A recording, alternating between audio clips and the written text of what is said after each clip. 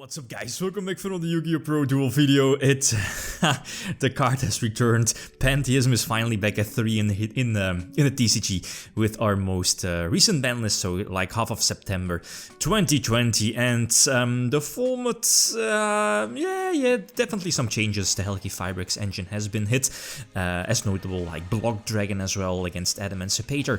But of course the first list here testing is Monarchs. I opt to go for the, I think the little more competitive, and that's Domain. It's straightforward, the list.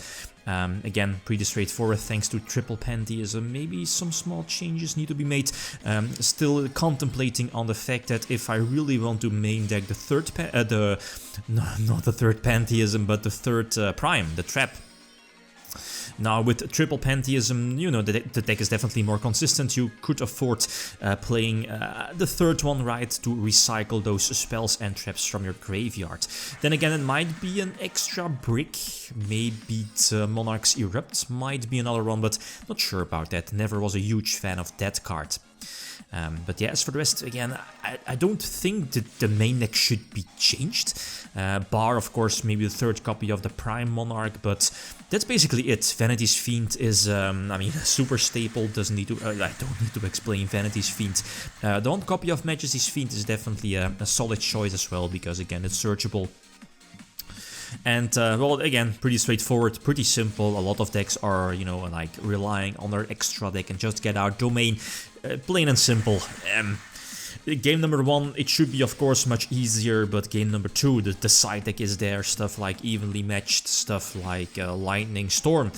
You know, those good cards, the 2020 cards, as I like to call them. But that's why your side deck is there as well. You know, stuff like Solemn Judgment against those cards. You definitely need those. But that's the thing, is that Call by the Grave. Call by the Grave at 1. I mean, before I wasn't really running Call by the Grave in Monarchs, but I mean, Ash Blossom, Effect Failure. Now with the new format, it's, you know, waiting to see how or which hand traps are going to be main decked.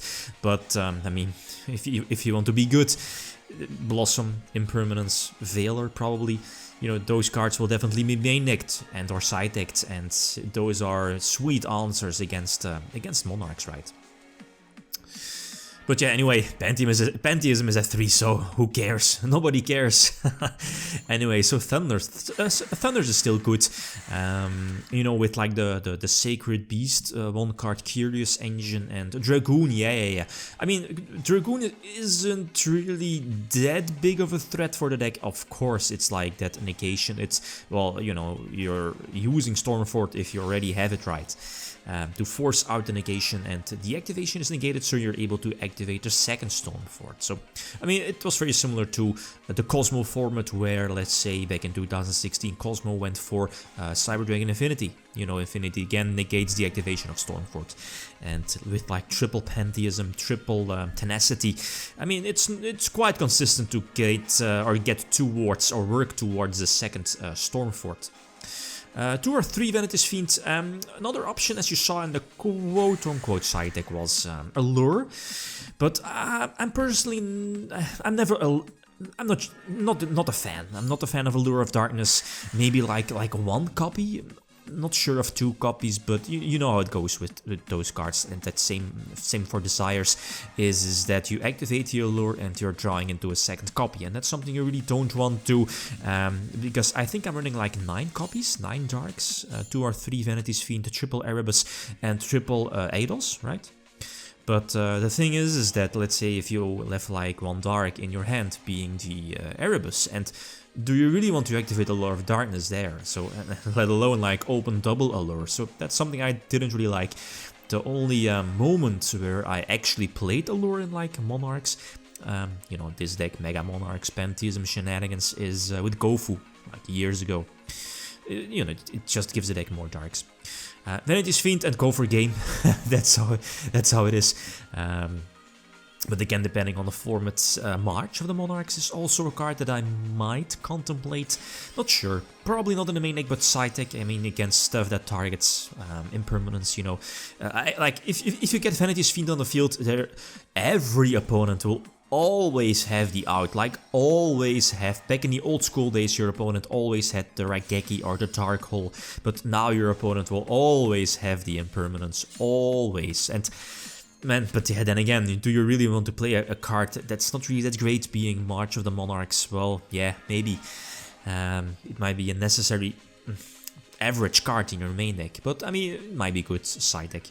And there's a thing now, is that in the past I was never really a big fan of Escalation, but seeing that every deck is like main decking a gazillion amount of hand traps, I feel you should main deck at least one copy of Escalation. You know, the fact that, let's say in this case, and you know, like your normal summon getting stopped, your Idea or Adults getting hand trapped, Veil or Blossom, Impermanence, whatever.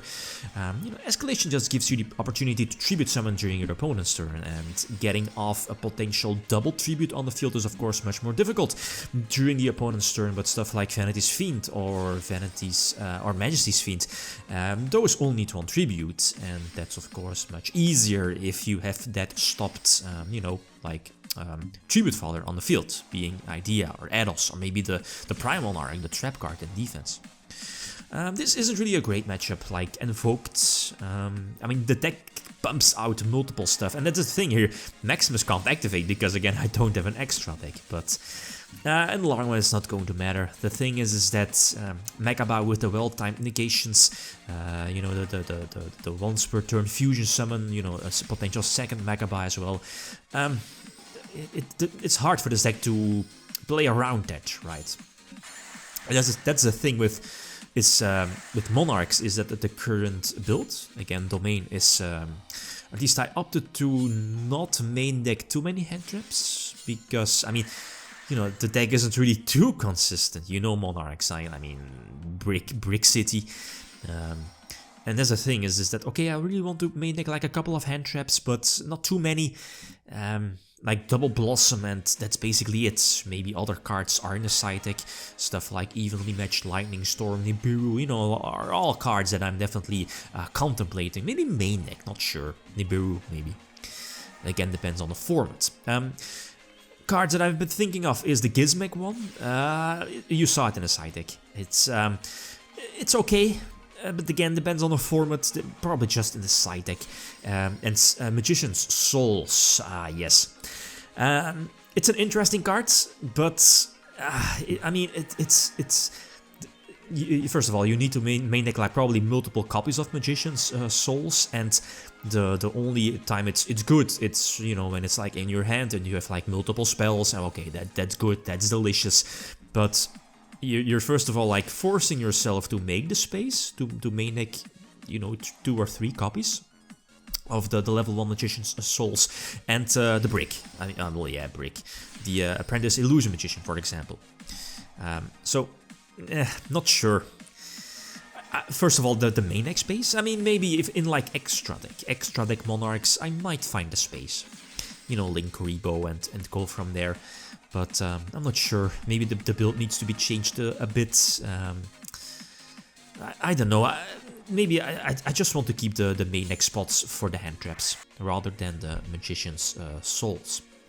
So yeah, I mean, if you want to play like an easy deck that's somewhat competitive, you know, like Domain, because Domain says no, Vanity's Fiend says no, your opponent won't or is not able to play the game, just play Domain Monarchs. It's super easy, not that hard to play. It's again very straightforward. The deck definitely wants to go first, but can go second. And post side deck, it's well easier maybe, depends the matchup.